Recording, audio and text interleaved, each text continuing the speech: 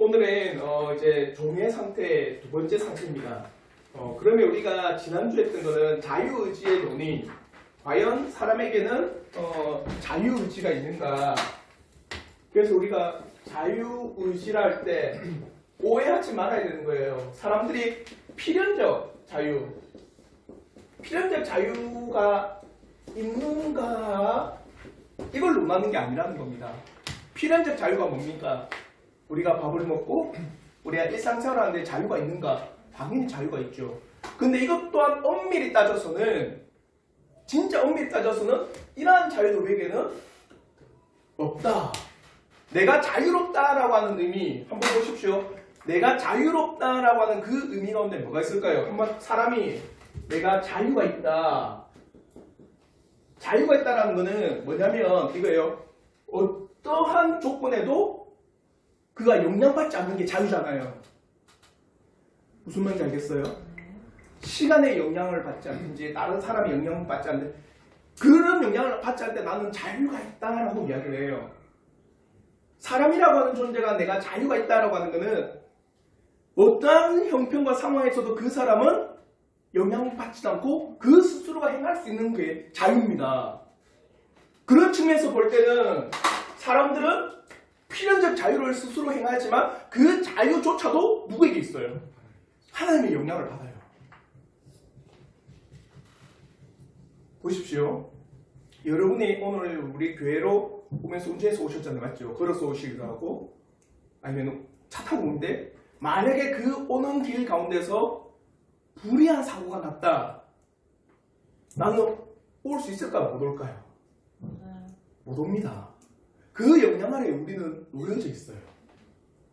필연적으로 우리가 자유롭게 행동하지만 그 필연적인 자유 가운데서도 누구의 영향 아래 있나? 하나님의 영향 아래 있습니다. 우리는 이걸 배웠죠. 하나님의 섭리 안에 있다. 그래서 이 땅에 완전한 자유로운 분은 오직 누굴까요? 하나님이에요. 완전한 자유를 누릴 수 있는 분, 완전한 자유를 가지고 계신 분은 오직 하나님 외에는 없습니다. 그러면 이런 자유의지는 엄밀히 따지면 완전한 자유의지를 말하는 게 아니에요. 그러면서 우리가 논하는 이 자유의지는 필연적 자유도 아니고 어떤 자유가 있느냐? 우리가 죄로부터 스스로 자유로울 수 있는가? 칼빈이 이걸 논하고자 하는 거예요. 죄로부터 우리는 스스로 노임을 받을 수 있는가? 다른 말로 우리가 스스로 구원에 이룰 수 있는가? 이 자유가 우리에게 있는가? 내가 스스로 죄로부터 자유로울 수 있는 권리, 내가 내 스스로 구원을 쟁취할 수 있는 그 권리가 과연 사람에게 있는가? 이때서 어땠어요? 없습니다. 왜냐? 우리의 모든 이게 전인격이죠. 전인격이 뭐로 오염됐다? 죄로 오염돼서 우리는 죄 가운데 타락했기 때문이에요. 죄 가운데 타락했기 때문에 우리는 어떻게 해요? 하나님으로부터 분리되어서 하나님으로부터 분리되었다. 뭡니까? 하나님 앞에 분리되었다. 교제가 우리는 끊어졌다. 그러면서 우리는 사망, 영적으로 사망. 그래서 우리는 바른 길 모릅니다. 참된 진리와 선과 의를 행할 수가 없습니다. 그게 우리가 되어버렸어요. 그러니까 우리 스스로 죄로부터 자유로울 수 있는가? 구원을 우리 스스로 얻을 수 있는 그 자유가 있는가? 우리는 절대 그게 없습니다. 그래서 하나님께서 그럼에도 불구하고 하나님께서 그 사람에게 남겨놓으신 형상의 자제들도 있다. 칼빈은 그러므로 그 사람은 이 땅에 살아감에 있어서 완전히 악만 행하느냐? 때로는 사람이 볼 때 선한 일들을 사람이 하기도 합니다. 맞죠? 착한 일, 기부도 하기도 하고 사람들한테 좋은 일을 하기도 해요. 그러면서 사람들이 볼 때도 뭡니까? 놀라운 발전적인 현상들이 사람에게도 일어납니다. 그건 뭐냐? 하나님께서 남겨두신 형상의 잔재다. 이성적으로 옳고 그름을 어느 정도 분별할 수 있는 것. 어느 정도이기 때문에 완전한 분별이 된다 안 된다? 안 돼요. 그 이성의 옳고 그름의 분별이 되니까 어느 정도 그 의지도 어떻게 해요? 그 이성의 분별에 따라서 그 의지가 행동하게 되어 있다. 하나님의 형상의 잔재가 남아져 있다는 거예요. 이거예요. 항상 그의 의지, 사람의 의지는요, 이성의 영향을 받습니다. 생각의 영향. 생각의 영향을 안 받고 움직이는 사람은 한 사람도 없어요. 한마디로 그 생각이 선하다. 그러면 그의 행동은 사람이 볼 때 의롭든지 선하든지 그 행동으로 나가요. 근데 그의 생각이 어떻게 해요? 악하고 죄악되다. 그럼 그의 행동은 죄와 악으로 시작이 되어 있어요. 그래서 사람의 의지라고 하는 것, 행동이라고 하는 것은 반드시 그의 생각과 그 더불어서 그 마음에 따라서 어떻게 해요? 움직이고 활동하고 나간다는 거예요.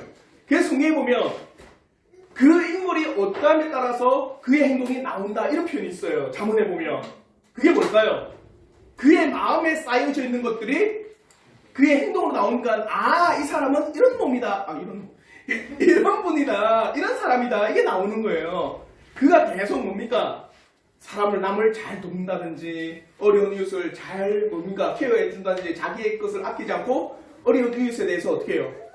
잘 물질도 헌신한 그런 거 보면 그 사람이 마음에 이웃에 대한 긍휼한 마음이 있겠죠. 맞죠? 그러니까 그 사람이 어떠한지는 그 마음에 따라 나눈다. 반드시 그의 사람의 의지는요, 생각과 그 마음에 반드시 영향을 받아요. 그래서 성경에서 분명히 마음에 쌓은 것을 통하여 선을 행하고 마음에 쌓은 것을 통해서 악을 행한다는 거예요. 어느 정도 하나님께서 형상의 잔재를 남겨주셨어요. 그래서 예술을 한다든지 학문을 한다든지 어떤 기술을 개발한다든지 이런 게 위대한 하나님의 형상의 잔재입니다. 근데 중요한 게 있어요. 그러면 그런 형상의 잔재를 가지고 하나님을 온전히 분별할 수 있는가? 없겠죠. 그래서 칼빈은 또 뒤에 이어서 중생하지 않는 자들 결코 뭡니까? 영적인 분별은 불가능하다. 거듭나야지만 뭐가 가능하다? 영적으로 분별이 가능합니다. 그 이야기예요. 아무리 하나님의 형상의 잔재들이 남아있지만 그가 거듭나서 하나님의 놀라운 은혜 안에 들어가지 않는 한 하나님 앞에 놀라운 영적인 분별은 일어나지 않는다라는 거예요. 그러면서 영적인 분별을 뭐라느냐? 하나님을 아는 지식이다. 그리고 하나님께서 우리에게 베푸시는 아버지다운 사랑을 아는 지식이다. 하나님의 법을 아는 지식이다. 이게 영적인 분별인데 이게 일반 사람에게 가능하냐? 아니라는 거예요. 거듭나야지만 하나님에 대한 아는 지식이 분별되고 거듭나야지만 하나님의 법에 대한 지식이 분별되고 거듭나야지만 하나님의 놀라운 사랑에 대한 분별이 이루어진다는 거예요. 그러면서 인간 이성의 한계가 있습니다. 사물을 보고 자연을 보고 일반적으로 우리의 삶 가운데 일어날 일들을 어렴풋이 신적인 것들을 조금 맛보게 하셨습니다. 그러나 신적인 것들을 조금 맛볼 뿐 그것을 통해 하나님을 알 수 있는 것은 불가능하다. 단순히 신의 존재에 접근할 뿐 그분이 하나님이시고 하나님이 어떤 신분인지에 대해서는 접근하지 못한다. 그래서 칼빈은 뭐라냐? 사람은 영적으로 눈멀었다. 눈이 멀어서 도저히 하나님을 볼 수가 없는 게 사람이다. 그래서 제가 질문을 달았습니다. 이런 말을 좋아할까요? 많은 사람들이 당신은 영적으로 눈멀었습니다. 당신은 소경이어서 어떤 것도 바르게 분별하지 못합니다. 어떨까요, 사람들은? 이 말에 대해서. 어떻게 생각할까요, 죄인들은? 불쾌할 뿐만 아니라 극도로 싫어한다고 칼빈이 이야기해요. 당신은 지금 영적으로 눈멀어 있습니다. 당신은 벌거벗었습니다. 당신은 결코 올바른 길을 발견할 수 없습니다. 라고 이야기할 때 모든 사람은 이 사실에 대해서 불쾌해하거나 극도로 싫어하거나 인정하지 않습니다. 라고 이야기해요. 다른 말로 죄인임을 거부한답니다.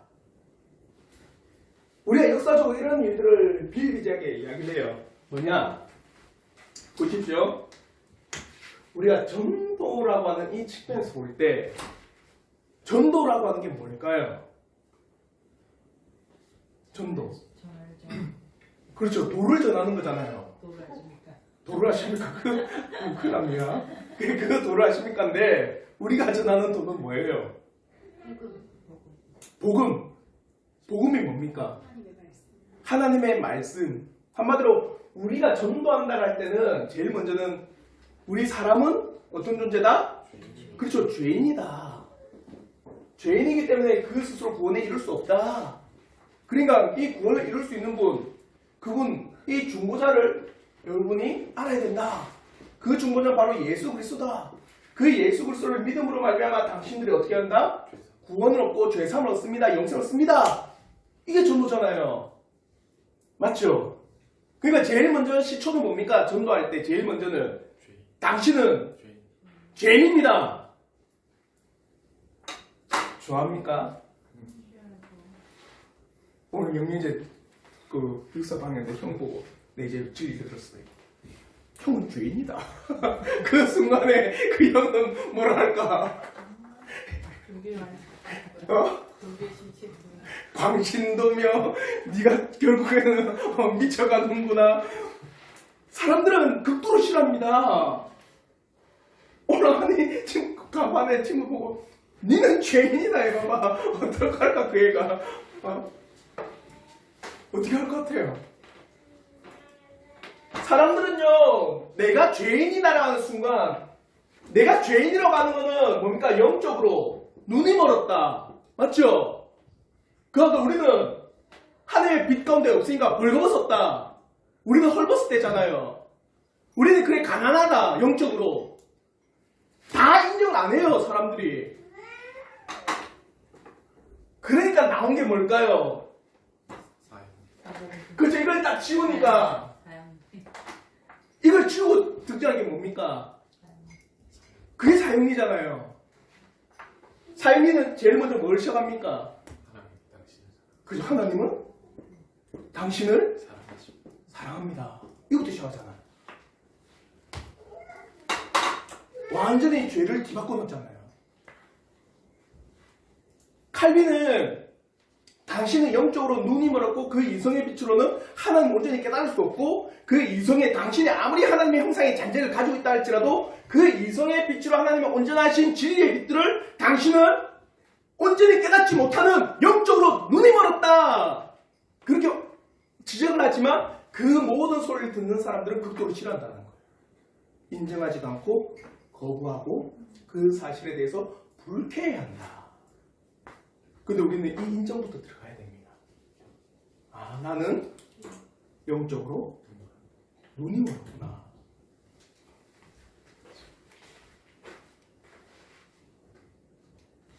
그러니까 요한복음 1장 4절부터 5절에 대한 말씀을 한번 보십시오. 우리 한번 요한복음 1장 4절부터 5절 말씀 우리 한번 다 같이 한번 읽겠습니다. 시작. 그 안에 생명이 있었으니 이 생명은 사람들의 빛이라. 빛이 어둠에 비치되 어둠이 깨닫지 못하더라. 빛이 어둠에 비쳤는데 어둠이 깨닫습니까? 못 깨닫습니까? 깨닫지 못해요. 그럼 우리에게는 자요. 첫 번째 이성의 한계. 우리는 영적으로 헐벗었고 굶주렸고 그리고 소경이고 우리는 영적으로 뭡니까? 빛이 없는 그런 존재다. 결코 우리 스스로는 하나님을 알 수 없는 우리의 이성으로 도저히 그를 판단할 수도 없고 우리 이성으로는 도저히 그분을 헤아릴 길이 없어요. 이제 죄인이기 때문에. 그러면 이제 우리에게 무엇이 필요하냐?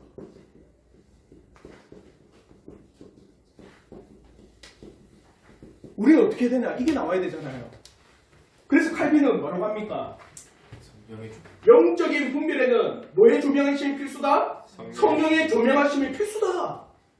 너희들의 이성으로는 도저히 하나님에 대해서 그의 진리에 대해서 알 수 없으나 어떻게 해요? 이 사람이 진리에 대해서 알기를 원한다면 누구의 조명이 있어야 된다? 성령 하나님의 조명이 있지 않으면 결코 그 사람은 영적으로 깨닫지를 못한다. 많은 사람들이요 칼빈을 오해하는 것 중에 하나가 뭐냐면 칼빈은 성령에 대해서 잘 언급하지 않는다. 그래서 성령론에 대해서 칼빈은 약하다라지만 칼빈의 모든 저서나 책을 보면 기본적으로 깔려있는 게 뭔지 아세요? 성령께서 조명하지 않으면 그들은 알 수 없다. 이건 기본적으로 깔고 들어가는 거예요. 그러니까 우리가 어떤 진리를 목격하고 진리를 깨닫기 위해서는 우리 스스로 할 수 없고 누가 반드시 필요하다? 성령께서 반드시 그에 대한 조명이 아니면 우리는 영적으로 전혀 분별하지 못한다. 칼빈은 그걸 미리 깔기 때문에 잘 언급하지 않는 거예요. 결국 칼빈은요 성령 신학자입니다. 엄청 성령에 대해서 강조하는 분이에요. 다르죠? 오늘날 성령 강조랑. 오늘날 성령 강조는 뭡니까? 능력, 파워. 능력 행동. 뭡니까? 뭐라 하던데? 불바다는 우리 때가 불바다고 이제는 불 받으면 큰일 나. 막 해서 사람을 넘어뜨린다든지 뭔가 나에게 신비한 능력이 나가는 것을 성령의 나타남, 충만함. 근데 칼빈은 그래 보지 않았습니다.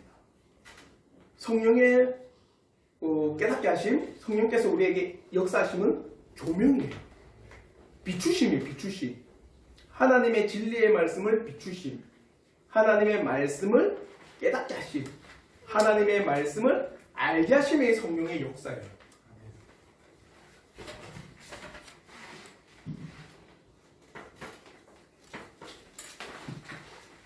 그래서 이 페이지에 고린도전서 12장 3절을 한번 보시면 이렇게 말씀해요. 우리 한번 고린도전서 12장 3절 말씀 우리 한번 다 같이 한번 읽겠습니다. 시작. 그러므로 내가 너희에게 알리노니 하나님의 영으로 말하는 자는 누구든지 예수를 저주할 자라 하지 아니하고 또 성령으로 아니하고는 누구든지 예수를 주시라 할 수 없느니라. 성령으로 아니하고는 예수를 주라고 고백할 수가 없다. 그러니까 성령께서 그 사람을 영적으로 비춰주시지 않으면 예수를 바르게 보지 못한다는 거예요. 이러한 사실은 사도들뿐만 아니라 구약의 모세도 동일하게 말합니다. 신명기 29장 3절과 4절에 이렇게 말씀해요. 우리 한번 신명기 29장 3절 4절 말씀 다 같이 한번 읽겠습니다. 시작. 곧 그 큰 시험과 이적과 큰 기사를 내 눈으로 보았느니라. 그러나 깨닫는 마음과 보는 눈과 듣는 귀는 오늘 여호와께서 너희에게 주지 아니하셨느니라. 깨닫는 마음과 보는 눈과 듣는 귀는 누가 줘야 된다? 하나님께서 너희를 주어야 되는데 지금 너희들에게 허락하지 않으니까 너희가 깨닫지도 못하고 보지도 못하고 듣지도 못한다는 거예요. 죄인들에게 성령께서 마음의 길을 보여주시지 않으면 그리스도를 전한다는 들 아무것도 이루어지지 않는 것입니다. 그래서 우리의 많은 믿음의 선조들은요 뭐라 하느냐, 전도함에 있어서도 그리고 말씀을 읽음에 있어서도 누구의 조명하심이 전적으로 필수이기 때문에, 성령의 조명하심이 필수이기 때문에 어떻게 하지 아세요? 성령의 도우심을 강구하며 말씀을 읽고 전도를 해요. 아무리 그 사람이 언변이 뛰어난 언어 술사를 할지라도, 그 사람이 아무리 뛰어난 언어의 마법사를 할지라도 성령께서 그 사람의 지성을 열어주시고 그 사람의 마음을 열어주시지 않으면 그 모든 말들이 험한 말들이 돼요. 마찬가지입니다. 아무리 우리 교회가 개혁교회로 세워지고 또 많은 또 이런 칼빈의 책이라든지 아니면 웨스민스터 대요리문답이라는 수많은 교리문답을 나눠도 성령께서 우리에게 근본적으로 그 모든 진리를 깨닫게 하지 않으면 우리는 도저히 알 길이 없다라는 거예요. 그래서 칼빈이 강조한 게 있어요. 성령의 놀라운 은혜를 강조할 뿐만 아니라 뭐도 강조했을까요? 그러니까 기도를 강조해요. 기도를 함으로 말미암아 하나님께 당신을 긍휼히 여겨주시고 성령의 조명하심으로 깨닫게 해주십니다. 그래서 칼빈은 기도 신학자이기도 합니다.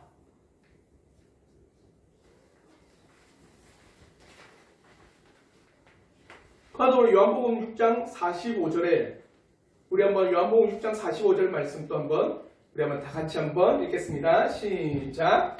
선지자들의 그들이 다 하나님의 가르치심을 받으리라. 기록되었은즉 아버지께 듣고 배운 사람마다 내게로 오느니라. 누구한테 듣고 배웠어요? 아버지. 아버지. 하나님 앞에 듣고 배운 사람이 누구에게 갑니까? 예수께 간다는 거예요. 그러니까 한마디로 하나님께서 그 죄인을 조명하시고 비추셔서 참된 진리를 알게 하여 주시고 그로 말미암아 누구에게로? 예수께로인해서 예수를 더욱더 바라보게 하시는 거예요. 그래서 듣고 배운다는 뭐냐? 성령께서 늘 놀랍고 특별한 능력으로 우리에게 들을 귀를 주시고 우리의 마음으로 깨닫게 하시는 것을 가르치게 듣고 배우는 겁니다. 한마디로 내가 듣고 배운다의 가장 큰 핵심은 뭐냐? 성령께서 들려주시고 성령께서 깨닫게 해주시고 그래서 성령으로 말미암아 우리가 알고 예수를 더 깊이 이해할 수가 있는 거예요.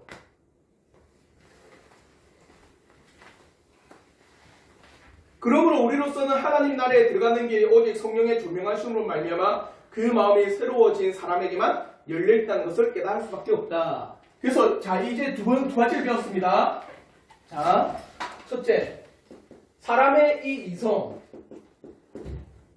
한마디로 하나님의 형상에 잔재가 있음에도 불구하고 이거는 하나님을 온전히 알 수 있는 길이 없다. 불가능하다. 인정되죠? 한마디로 우리 스스로가 하나님의 놀라우신 그 진리를 그 말씀의 빛들을 우리가 스스로 깨달을 길이 없다. 우리에게는 불가능이다. 그래서 중생하지 않으면 맞죠? 거듭나지 않으면.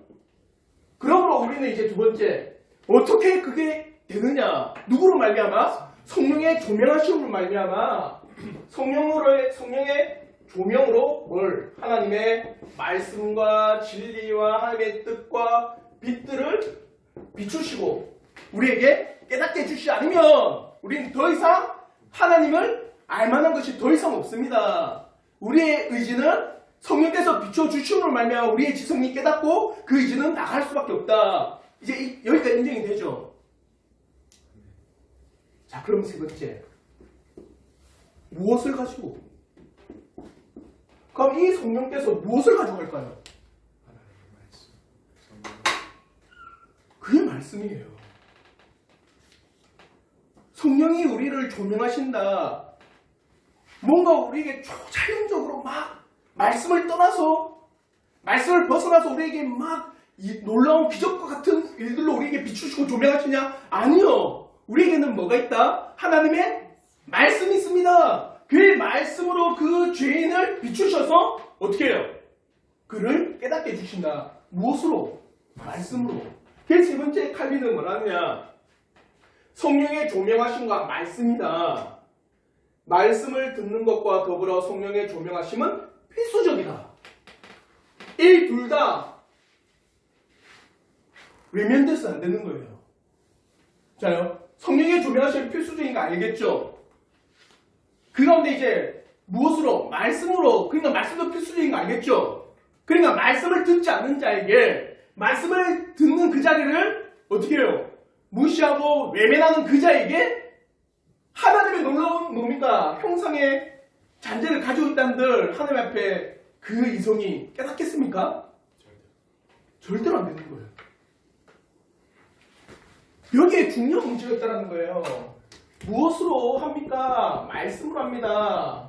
그럼 그 말씀을 듣는 자리 그리고 그것을 깨닫게 하시는 성령 이 두 가지는 반드시 있어야 됩니다. 그러면 이 말씀을 듣는다라고 하는 이 자체에 이제 우리의 일들이 발생하는 거예요. 그 말씀이 어떠해야 된다는 겁니까?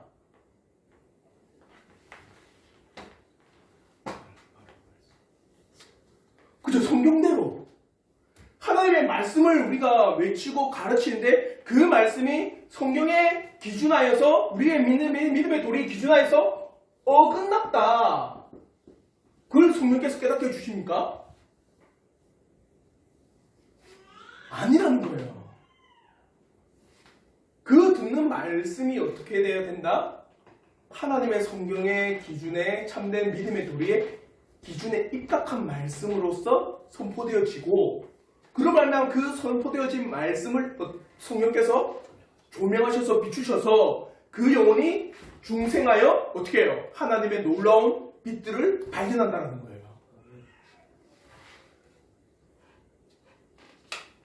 그러니까 보십시오. 이 듣는 것이 없다. 근데 성령은 알고 있어요. 그러니까 어떤 일이 발생합니까?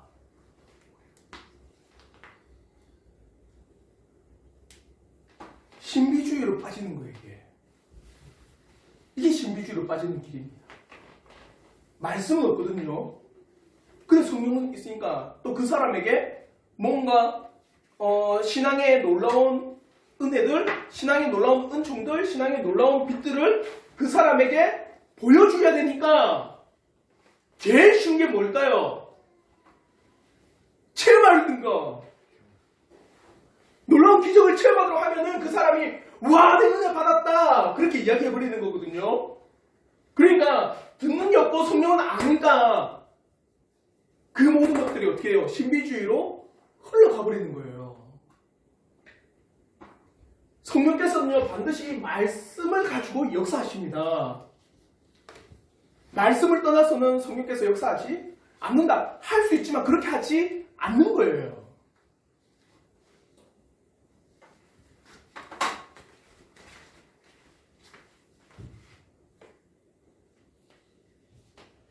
그러니까 사도행전 1장 4절을 한번 보십시오.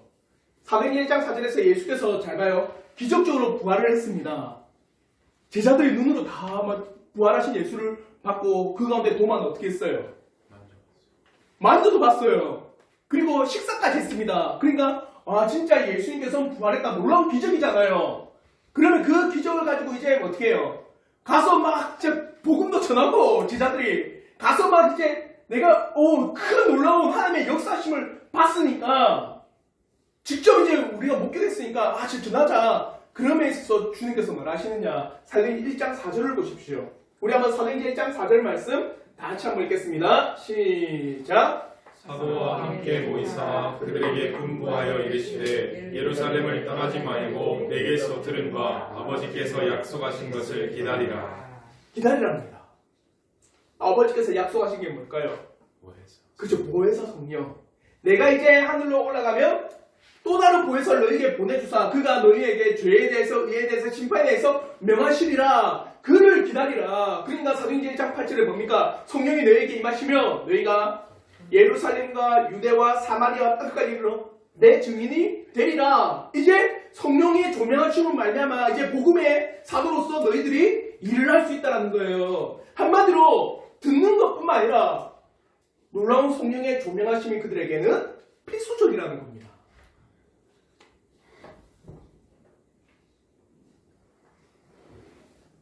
하나님의 은혜로 말미암아 조명하심을 받아야만 비로소 하나님의 신비들을 깨달을 수 있다는 것을 누구나 주저하지 말고 고백해야 합니다. 스스로 그 이상으로 깨달을 능력이 있다고 여기는 사람은 누구보다도 더 눈이 먼 사람입니다. 전 이에 덧붙여서 성경을 떠나서 내가 하나님을 깨달을 수 있다고 하는 사람은 교만한 사람입니다. 그건 정말 교만한 사람이에요. 성경을 떠나서 내가 하나님의 놀라우신 일들을 내가 발견한다? 하나님의 위대한 큰 일을 내가 알 수 있다? 정말 그건 교만한 사람이에요. 하나님께서는 뭐라고 하십니까? 기록된 이 말씀 안에 모든 것을 다 담겨두셨거든요. 기록된 말씀을 떠나서는 하나님께서는 뭡니까? 우리에게 알려주시지도 않고 가르쳐주지도 않습니다. 결국 우리는 이 말씀을 떠나서는 하나님의 어떤 분이신지를 깨달을 길이 없어요. 성령께서 이 말씀을 통해서 우리에게 역사하시거든요. 근데 그 말씀을 떠나서 내가 뭔가 할 수 있다? 그렇게 말하는 사람들이 교만한 거예요. 왜? 하나님은 그렇게 한다 했는데 우리가 뭐였는데 그걸 떠나서 한다는 거예요. 맞죠? 하나님의 뜻을 내가 뛰어넘는다는 생각과 똑같은 겁니다. 그래서 교만한 사람이라는 겁니다.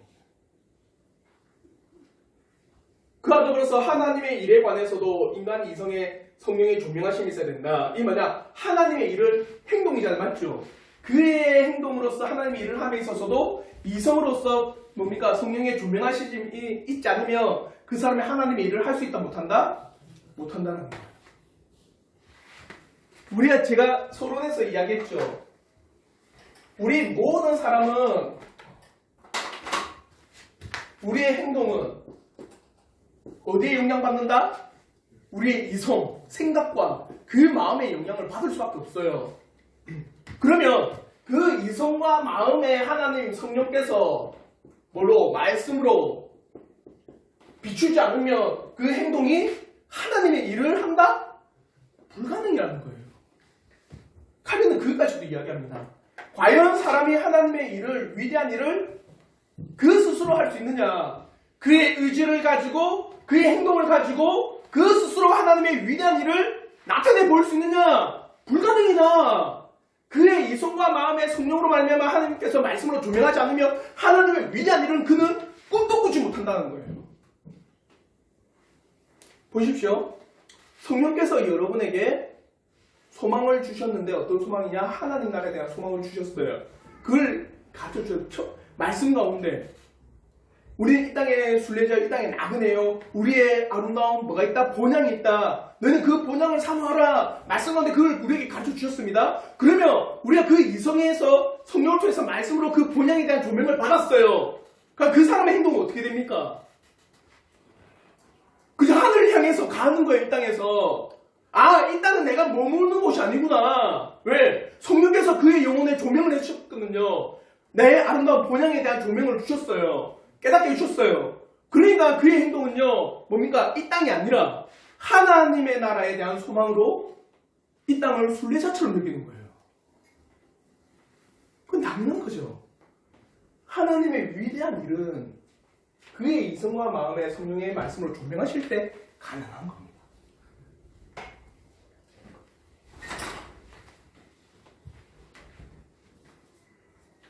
사람이 의로운 일에 대한 지식을 가지고 있는가? 이것은 인간의 지성보다 좀 더 분별이 있는 것처럼 보인다. 이방인들도 그 마음에 본성적으로 율법에 의가 새겨져 있고 그들의 삶의 처신에 관해서 전혀 눈이 멀었다고 할 수 없다. 한마디로 이게 뭐냐면 사람의 생각은 악한 게 너무 많이 지났지만 그 이방인의 행동에는 그 이성보다는 조금의 더 빛이 있는 것 같다. 왜냐? 때로는 내 생각과 마음에 악한 생각이 들어도 내 행동으로서는 그것을 거부하려고 하거든요. 예를 들어서 이거죠. 내 어떤 사람에 대해서 나에게 험담을 하거나 나를 욕한 사람에 대해서 우리의 이성과 우리의 마음은 어떤 생각이 듭니까? 그 사람에 대해서 복수, 분노, 성냄, 화냄. 그러니까 내 생각과 마음에서는 어떻게 복수할까? 그래서 내 마음에서는 어떻게 그 사람을 화내면서 그 사람을 공격할까? 그 마음이 있지만은 그의 행동은 어떻게 합니까? 때로는 억누르게 돼요. 그래서 그의 의지는 때로는 이성보다는 좀 더 빛이 있는 것처럼 보인다 이 말입니다. 아시겠죠? 제어하는 측면에서 왜 그런가? 칼빈은 뭐라고 하셨어요? 그에게 뭐가 있기 때문에? 그보다 일반적인 모든 사람에게 있는 겁니다. 양심이 있기 때문에. 양심의 율법에 비추기 때문에 그 사람이 그의 의지가 좀 더 빛을 발하는 것처럼 보인다. 그렇게 이야기하는 거예요. 무슨 말인지 알겠죠? 한마디로 하나님의 위대한 일을 한다는 것은 이 이성과 마음의 성령의 조명하심이 필수적인데 때로는 그 의지의 행동에 어느 정도 뭡니까? 그 죄악에 반발하는 의지와 행동이 있다. 근데 그건 뭐 때문이냐? 그 사람의 새겨진 뭐 때문이다? 양심의 복 때문이다. 그 양심이 그를 어떻게 해요? 제어하기도 하고 그 양심이 그 사람의 행동을 막기도 한다. 양심 때문입니다. 양심.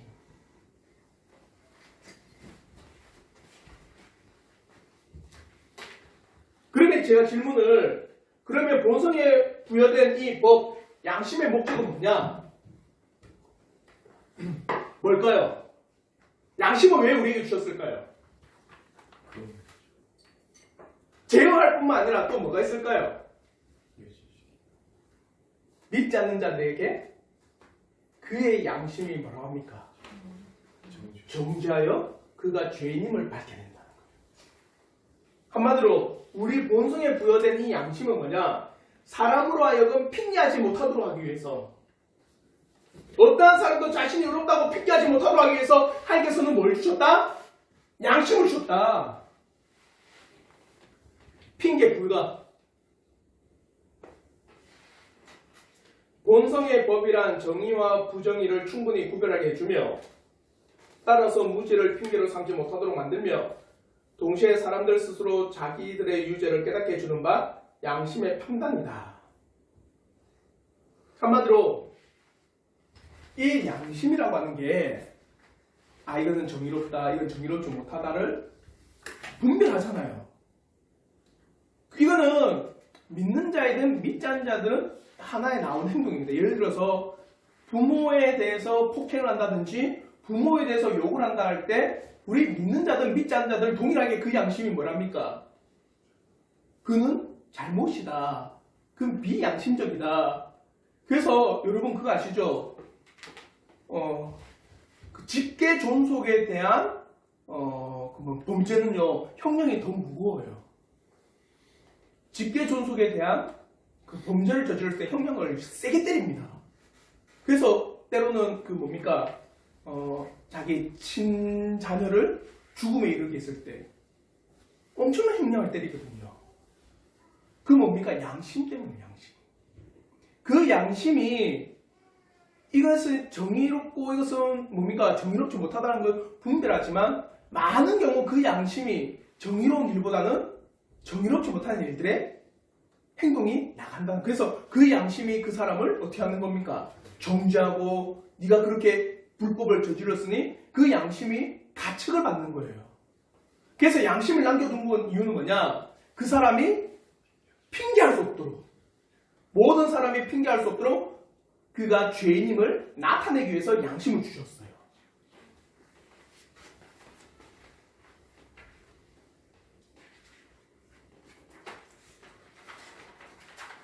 그럼에 있어서 또 뭐라고 하느냐? 사람들은 자신에게 새겨진 양심의 법을 어기지만 자신에게 그 모든 죄에 대해서 핑계거리를 만든다. 그러므로 정당하다고 여기게 하고 그러므로 하나님을 믿지 않는 자들에게 핑계할 수 없도록 하는 것이 바로 사람의 양심에 새겨진 법에 따라서 하나님이 심판하심에 합당한 것이다. 이게 무슨 말이냐? 살인과 복수, 간음과 사랑. 사람들은 자신에게 새겨진 양심의 법을 어기지만 핑계거리를 찾는 거예요. 자요, 내가 그 사람을 죽였다라는 거는 내 양심에서 뭡니까? 이거는 정의롭지 못한 거잖아요. 맞죠? 근데 그 정의롭지 못한 것을 핑계로 돌린 게 뭡니까? 복수. 나는 그 사람을 복수했다. 이해가 되죠? 그러니까 영화 같은 데 보면은 내 부모의 원수 항상 갚아야 됩니다. 그래서 그 사람을 처단하고 그 사람을 우리가 죽이는 거에 대해서 그 합당하게 여기는 거예요. 근데 뭡니까? 우리의 마음과 양심, 그는 정의롭지 못한 일로 우리에게 정죄를 합니다. 혹시 그거 제가 영화 보면서 제일 싫었던 영화 중에 하나가 최민식 나오는 영화인데 그 올드보이 말고 정말 내 다시 안 보는 영화가 있습니다. 악마를 보았다. 혹시 보셨어요? 아니요, 너무 잔인한 바다예요. 와, 제가 맨 끝에 그 장면 보고 이게 딱 떠오르는 거예요. 뭐냐면 자기의 임신한 그 아내를 최민식이 거의 칼로 토막내서 그 사람을 먹어버려요. 진짜 먹거든요. 인육을 먹습니다. 그러니까 그 뭔가 이병헌이 국정원인데 그 죄를 범했던 최민식을 이제 알았어요. 그래서 GPS를 놓고 그 사람이 그런 저지를 때마다 팔 근육들을 하나씩 자르는 거예요. 이병헌이 악마가 되는 거죠. 맨 끝에는 뭔가 최민식이 다 복수합니다. 이병헌의 뭐 처제도 죽이고 그리고 이병헌의 그 뭡니까 장인어른도 다 죽여요. 이제 그걸 보고 이병헌이 딱 돌아갑니다. 완전히 이성을 읽고는 최민식에도 복수합니다. 어떻게 하냐? 입에다가 재갈 딱 물리고 위에는 단두대 칼이 있습니다. 그리고 그 끈을 문고리에다 딱 걸어놔요. 그 문을 열면 어떻게 되는 거예요? 단두대 칼이 떨어져서 최민식 목이 잘리는 겁니다. 그렇게 부비 트랙을 만들어 놓은 거예요. 그리고 누구 부른 줄 아세요? 맨 끝에 최민식의 부모님과 아들을 불러요. 당신 아들 이 안에 있으니까 문 열고 들어가라고. 어떻게 한 거예요? 입에 재갈 물니까 재갈만 떼도 어떻게 되는가? 단두대가 내려서 잘리고 문을 열어도 어떻게 해요? 칼이 내려와서 잘리니까 이러지도 없죠. 말을 하고 싶어도 못하는 거잖아요. 맞죠? 결국에 그 어머니가 왜 문이 안 열려? 이러면서 문을 세게 열는 순간 뭡니까? 목이 떼굴떼굴 굴러가 부모님한테 딱 눈을 딱 보고 있는 거예요. 어떻게 끝난 줄 아세요? 이병헌이 오열을 하면 끝납니다. 맨 끝에. 복수했잖아요. 근데 그 마음에는 그 수많은 죄책감과 복수했지만 그 안에 있는 허무함과 복수했지만 그 안에서 뭡니까? 꿈틀대는 그 양심의 가책들. 그래서 그 장면 보고 그 패러디 많이 나왔는데 우는 것도 아니요 웃는 것도 아닌 장면이 그거거든요. 이병헌이 웃는 것도 아닌데 우는 것도 아니면서 막 울면서 그게 끝나는 게 있어요. 많은 사람들이 살인이라는 것을 복수로 위장하고 간음을 뭐로 위장합니까? 사랑으로 위장하면서 아 나는 양심에 정당한 일을 했어라면서 포장한다는 거예요. 핑계한다는 거예요. 그러나 그 양심은 결코 그 사람을 뭡니까? 그 핑계 가운데 두지 않습니다. 양심은 그 사람을 찌릅니다. 늘. 그러면 사람의 무절제가 지배할 때 이성과 마음이 혼란스러워지며 악행을 잘 분간할 수 없게 된다. 그러나 방종이 지배하게 되면 사람은 죄를 깨닫더라도 사라지거나 소멸되지 않고 오히려 끈질기게 습관적인 악을 택하기를 고집한다. 무절제가 지배한다면 악을 분간할 수 없고 방종이 지배하면 그 죄를 계속해서 저지른다는 거예요. 그러면 사람의 이성과 마음과 행동, 이성은 온갖 형태의 속임수에 많은 오류에 무수한 장애에 온갖 난관에 휩싸여 있다. 마음은 언제나 허망함에 굴복해 있다. 사람의 행동은 그러므로 말미암아 온전한 진리와 의를 행할 수가 없다. 과연 이걸 통해서 너희들이 자유의지를 가지고 있다고 말할 수 있느냐? 있습니까? 없어요. 결코 사람에게는 죄로부터 자유로울 수 있는 것, 그리고 구원으로부터 스스로 얻을 수 있는 자유는 있지 않습니다. 그의 이성은 수많은 오류와 난관과 수많은 뭔가 불법에 노출되어 있고 속임수에 노출되어 있고 그 마음은 항상 허망에 굴복하니 그는 온전한 진리와 의를 행할 수 없는 상태가 되어버렸습니다. 그러면 칼빈도 두 가지 이야기를 합니다. 맨 끝에 성령의 조명하심을 위한 매일의 강구를 하십시오. 그래서 시편 119편 34절에 이 말씀이요 10번이나 나와요. 시편 119편에. 우리 한번 시편 119편 34절 말씀 우리 한번 다 같이 한번 읽겠습니다. 시작. 나로 하여금 깨닫게 하여 주소서. 내가 주의 법을 준행하며 전심으로 지키리이다. 깨닫고 나서 주의 법을 전심으로 행하는 겁니다. 이걸 10번이나 반복해서 나와요. 내가 깨닫지 않으면 행할 수 있다 없다? 못한다. 골로새 1장 9절부터 12절을 보십시오. 바울의 기도가 뭐냐? 너희를 위해 내가 기도하는데 뭘 기도하냐? 모든 신령한 지혜와 총명의 하나님의 뜻을 어떻게 하는 거? 아는 거. 깨닫지 않는 거. 그러므로 주께 합당하게 어떻게 합니까? 행하게 하는 거. 그래서 모든 선한 일에 열매를 맺게 하시는 것. 먼저는 뭐예요? 내가 주의 말씀을 깨닫는 것. 그로 말미암아 내가 그 깨달음 가운데서 주의 일을 합당하게 행할 때 뭘 맺는 겁니까? 열매를 맺는 거. 이걸 누가 기도하는 거예요? 매일 바울이 그 교회를 위해서 기도하는 겁니다. 그래서 바울 서신을 쭉 보면요, 재밌는 게 이런 기도만 나와요. 너희들이 정말 부유하고 너희들이 정말 잘되고 이 땅에서 성령의 놀라운 은사를, 이건 아니라 하나님의 성령의 조명하심과 너희를 깨닫고 은혜와 진리가 충만하기를 나는 원한다. 그 기도가 계속 나와요. 성령도 우리 마음이 어느 날 한 번만 조명을 받으면 그 다음부터 스스로 볼 수 있다는 식으로 가르치지 않는다. 바울의 강구뿐만 아니라 하나님의 택하여 부르신 모든 사람들은 이러한 성령의 조명하심이 계속되는 과정이요 성장을 뜻하는 것이다.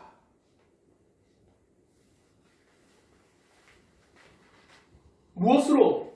하나님의 말씀으로. 그 성령이 우리를 비추실 때 그는 단회적인 게 아니라 어떻게 해요? 매일매일 끊임없이 우리가 간구하고 기도하며 그 일들을 바라야 된다는 거예요. 그게 뭐라는 겁니까? 신앙의 성장이다. 그게 또 성화의 길이다. 그러니까 가만히 있다고 해서 그 사람이 신앙이 성숙되느냐? 교회를 10년, 20년, 50년 다닌다고 그 사람의 신앙이 성숙되느냐? 아니라는 거예요.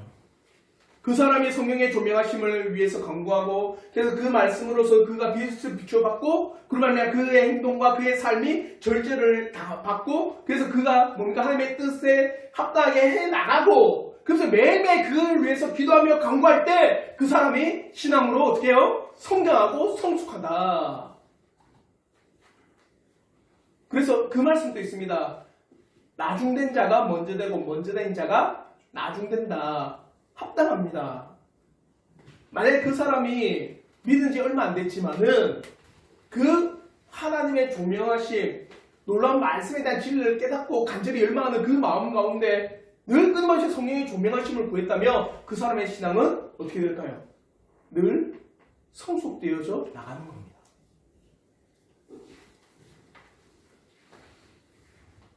결론입니다. 영원한 복락에 대해서 기뻐하지 않을 사람은 단 한 사람도 없다. 그러나 성령의 역사하심이 없이는 아무도 그것을 사모하지 않는다. 만일 우리가 성령의 조명하심, 말씀을 깨닫게 하셔서 거듭나게 하시는 은혜가 없어도 스스로 선을 지향하는 일이 우리에게 있다는 견해는 결코 성경적이고 바른 진리가 아니다. 우리는 모두가 본성적으로 죄인이며 그렇기 때문에 우리가 죄의 몽해를 지고 있는 것이다. 전인이 죄의 권세에 굴복해 있다면 최고의 자리를 차지하는 의지도 가장 든든한 족쇄에 매여 있는 것이다. 사람이 먼저 준비를 갖춰야 한다는 식으로 떠드는 사람의 온갖 허튼 이야기는 다 거짓이기에 던져버려라. 한마디로 내가 자유의지를 가지고 하나님의 선을 행할 수 있다라고 말하는 한 사람, 그것을 뭡니까? 사람이 준비하고 난 후에 사람이 행하고 난 후에 하나님께서 역사하신다고 말하는 그 모든 거짓을 넌 어떻게 하라? 던져버려라.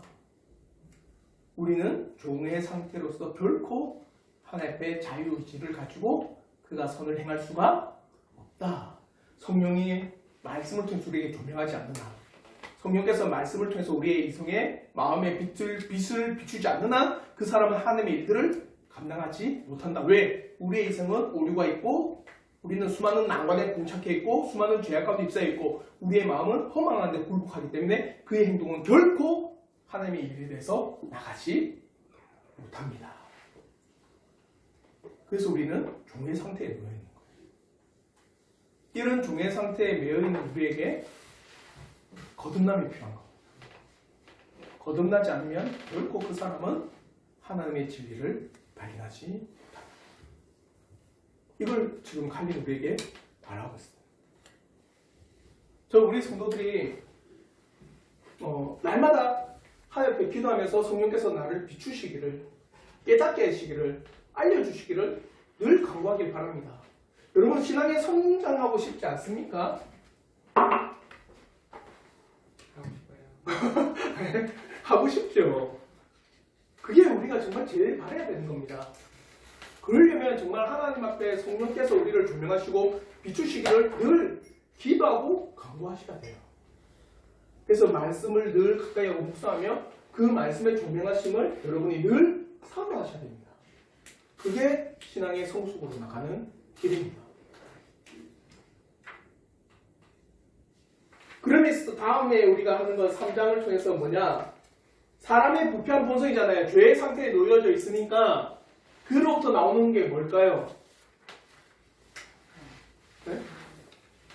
악하고 추악하고 더러운 것뿐이다. 그게 칼빈이 이야기해요. 왜? 너희는 종의 상태에 있으니까 너희로부터 선한 게 나오지 않는다. 너희들에게는 악하고 추악하고 비참한 상태만 나올 뿐이다. 그걸 이제 다음 주에 이야기를 합니다. 혹시 질문 있으신가요? 없으시면 우리 또 찬양하면 이 어려운 찬양인데 우리 박자를 잘 맞추신 우리 동료들